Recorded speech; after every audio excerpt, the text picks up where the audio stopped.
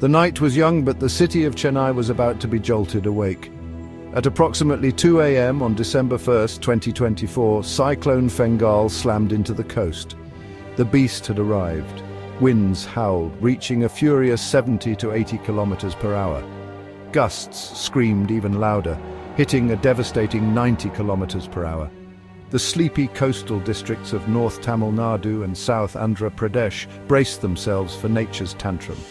Rain lashed down, an unrelenting torrent.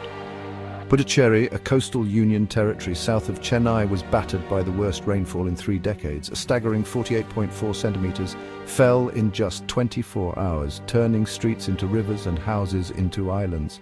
Chennai faced its own deluge. Meenambakam recorded 11.4 centimeters of rain, while Nungambakam was hit with 10.4 centimeters. The city that never sleeps was now a city fighting for air. Fengal, having announced its arrival, began its relentless march. It lingered near Puducherry, almost taunting the city with its power, before moving west-southwest towards the heart of Chennai. This was no ordinary storm, this was a full-blown disaster. Chennai, the bustling metropolis, started to drown. The relentless rain overwhelmed the city's drainage systems. Areas like Korata, Velachery Madipakam, Kodungayur and Arumbakam disappeared under a sea of brown water. Homes were flooded, forcing families to scramble onto rooftops. Hospitals, already battling the COVID-19 pandemic, faced a new enemy as water seeped into their wards. The iconic Marina Beach, once a place of joy and leisure, was now a raging monster. High tides and rough seas crashed against the shore, swallowing the sandy beaches and threatening to claim the promenade. Elliott Beach, another beloved spot, suffered the same fate. The sea, usually a source of life and livelihood for Chennai, had turned on the city with a vengeance. Chennai International Airport, a symbol of the city's global connection, was brought to a standstill. The airport closed its doors at 4 a.m. on December 1st as Fengal raged outside. 55 flights were cancelled, leaving passengers stranded and anxious. 19 flights were diverted, adding to the chaos and confusion. Even as the airport resumed operations later that day, delays were inevitable. The city was cut off from the world, left to face its demons alone. The fury of Fengal was not limited to Chennai.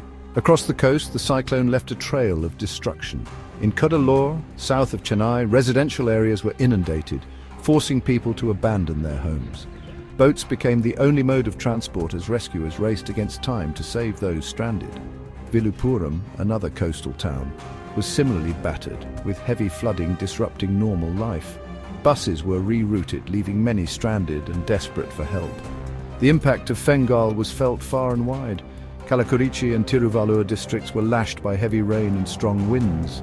Flash flood warnings were issued for suburban areas as rivers threatened to burst their banks. Even Andhra Pradesh, the neighbouring state, was not spared. 6 districts, including Prakasam and Tirupati, were put on high alert as heavy rainfall was predicted. Fengal, a monster on the move, was leaving a trail of devastation in its wake. The government, caught in the throes of a natural disaster, swung into action.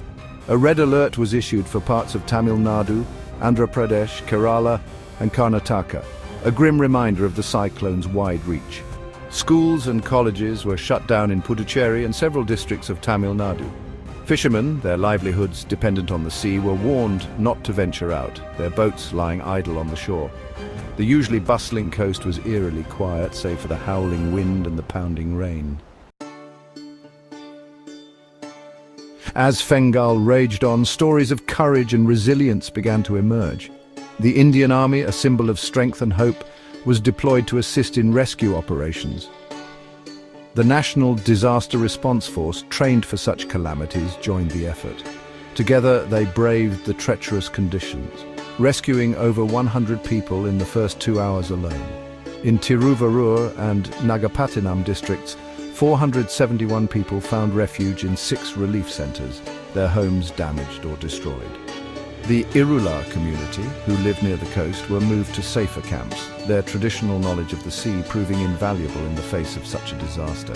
Similar camps were set up in Chengalpattu district, providing shelter to those who had lost their homes. The Indian Navy activated its disaster plan, deploying ships and helicopters to aid in the relief effort. The Tamil Nadu Disaster Rescue Force worked tirelessly to clear debris and restore some semblance of order to the chaos. Amidst the devastation, the spirit of Chennai shone through. Volunteers, their hearts filled with compassion, stepped up to help their fellow citizens. Food and water were distributed to those in need. Doctors and nurses worked tirelessly, tending to the injured and the sick. Social media platforms buzzed with messages of hope and support, reminding everyone that even in the darkest of times, humanity prevails.